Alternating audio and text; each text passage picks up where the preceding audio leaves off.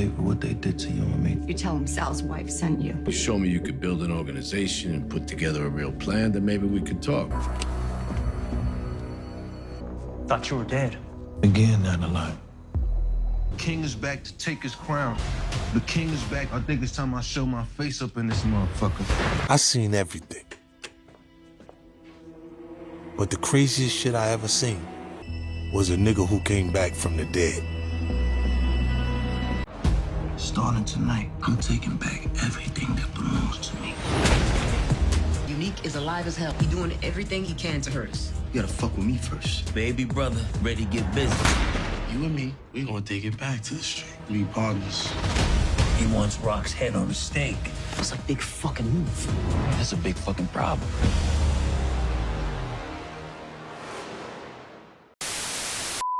Welcome back, Top Notch Gang, to another video. We're here in the aftermath of season 4, episode 6 of Raising Kanan, and Unique has revealed that he is alive. He's back. The king is back, as he said. And in this video, we're just gonna break down how he crafted this master plan that's gonna put him in position to run Queens for the rest of the season, possibly going to war with Rock, Marvin, and Kanan. We're gonna detail every step of his plan, how he broke down Rock's business, his alliances with Phil Russo, Quan, and Early, and how that's gonna play a part and fall back on Rock and Marvin even more. And most importantly, he is Unique Breeze confirmed. A lot of people believe with the end of episode 6, with the wind blowing the way it was, and episode 7 title being Allow Me to Reintroduce Myself, a lot of people are taking this as confirmation that Breeze has finally arrived and he's about to get the new nickname, new moniker, whatever, in the next episode. So you know we have to go over that, as well as him getting information for O-Cee, O-Cee snitching, writing out Kanan, how that's gonna come in handy for Unique come this next episode as well. We're finally gonna see a conversation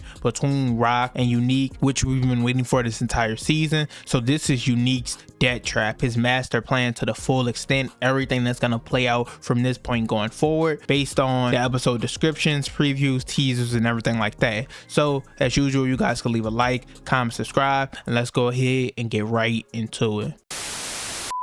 So we got to start with the episode 407 description. Allow me to reintroduce myself. That says Unique and his soldiers assume control of the corners in Queens, leaving Rock and Marvin in desperate need of more answers and more product. Kanan searches for a missing O-Cee.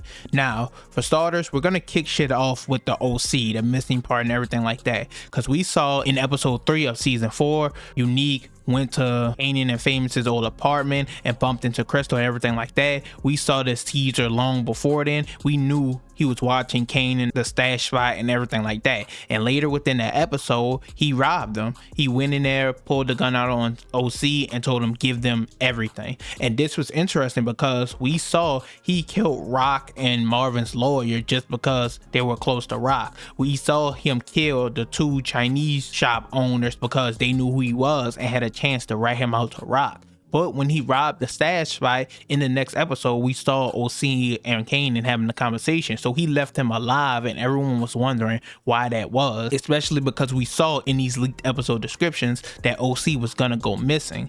And because of that, it was then revealed to us that O-Cee was snitching. He was feeding Unique information about what was going on with Rock and Kanan, their business, everything like that. He let him know that Rock and Quan wasn't on good terms, which of course led Unique to revealing to Quan that he alive, getting his connect back. We'll talk about that more later. And he of course revealed that Kanan was skimming money off the top, stealing it, hiding it, putting it away for a rainy day. He don't know why or anything like that.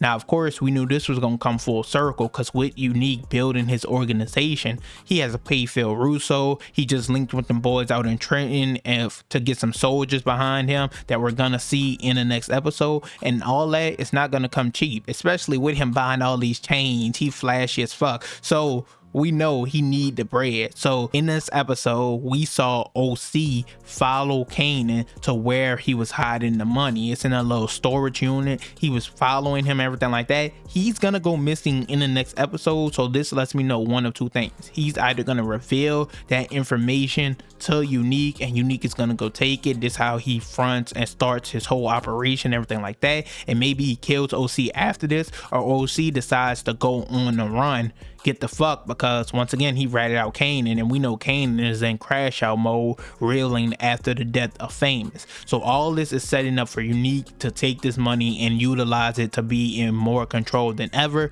which is gonna lead to Kanan crashing out. He's getting caught up, swept up in this Rock war and beef, because once again Unique think Kanan and Rock are on good terms, and they all set this up with Ronnie to take him out initially, so he's targeting all of them. So this is obviously where Kanan's money is more than likely going to be taken. We're gonna have to wait and see his reaction to all that, because we do hear him in the trailer partnering up with Jukebox saying they're about to get back to the streets, how it used to be, not this big corporation business type thing that Rock is on. And currently we see Unique, the description say he's taking over the corners. So all this is going to be interesting to see, but the plan is already set in place for Unique to take Kanan's money. Now we get into all the steps Unique has taken in season 4 so far to weaken Rock's business step by step, how it got to the point where she can't even retaliate, that he's in full control. She wasn't prepared for this at all, and what he's going to continue to do the rest of the season to make sure he stays on top. So first off, we know upon his return, one of the first things he did was kill their lawyer. Now this is a big deal because Andre got them out of multiple situations going all the way back to season 1. So with him out the picture, if a war is coming and they need some sort of defense between them and the feds, it's gonna be hard for them to do so. Also, he then goes on to kill the 2 workers at the Chinese spot. Remember, he used to work these Chinese spots before Rock stepped in with Stefano and took that position over. So when he went and robbed them, he of course had to kill them so that they didn't reveal that he was alive. And this led to Rock's other business partners being skeptical about continuously working with her. We saw the family members of the Chinese shop owners saying, I don't know if I want to continue business. We saw Quan pissed off. I believe this was his family as well. He was related in some way, and he was pissed that Rock wasn't retaliating fast enough. She didn't know who it was and everything like that. So Unique has just been causing a wedge between her and all her partners. He then goes on to continue this when he links up with Damon, who you guys remember Damon from season 2, who Rock basically fired to put Unique in charge in New Jersey. He goes, links up with him to get back at Rock and attacks the trucks that's moving the product, attacks that business. Of course, Damon ends up dying, but they take a few men down with them, and this creates a further wedge between Rock and her business partners, as the niggas who own the trucks don't want to move the product on the trucks no more. It goes so far that Rock tells Marvin to talk to him, make sure he's still on board, and he talks about snitching, and Marvin ends up killing him. Now they have some other idiot who's all doped up. He's not really listening, not really paying attention. He's in charge of their trucks now, and all this on top of each other is just further creating a wedge between Rock and Quan, who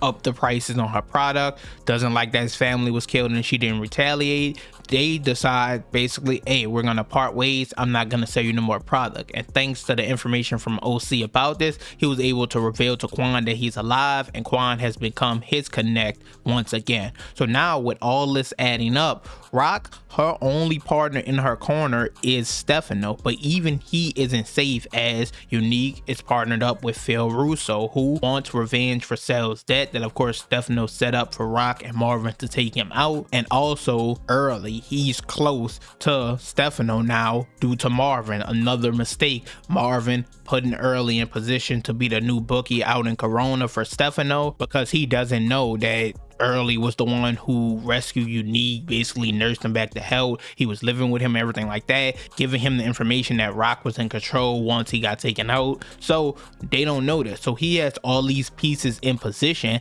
and he waited to the perfect time to reveal himself to Rock. So there's no counterplay for her currently at this point. But now we got to talk about what he's gonna do next. This brings us to if he is Breeze, if that's the next step he's gonna take. I thought with him, like, once again showing his face to Rock, saying the king is back, like he never left and everything like that, he would still go by Unique. That kind of just made the most sense to me. But you guys was in the comments talking about that wind blowing when he broke into Rock's house, how that was hinting at him being Breeze. And once again, with the episode 7 title being Allow Me to Reintroduce Myself, I wouldn't be surprised. I mean, the episode 6 title was called The Price of Fame. Obviously it was the vigil and funeral for Famous.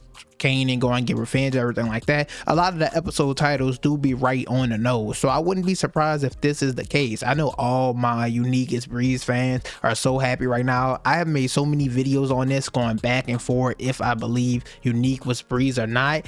I don't know, I still might be leaning no, but I can see how from this point of view that some people might see or expect him to be Breeze now at this point. But the episode descriptions further from like 8, 9, and 10 still call him, of course, Unique, as well as the fact that he's gonna continue to be in the episodes, basically all of them talking about him being in control, retaliating against Rock and Marvin and everything like that, Lou and Rock going to war against him. So it looks like he's gonna go into season 5 and possibly have a relationship with Kanan. I mentioned earlier in the video, obviously he's gonna take Kanan's money. Maybe that has a part to play in how they meet up later on, but I really don't know if he's Breeze. I want to hear you guys' opinions more than anything else. But to get into the actual moves he's making in this next episode, it looks like he's putting soldiers on every corner, letting Rock know, hey, step off or it's gonna get dangerous, and she don't have the manpower, the money, or the product to be going to war right now.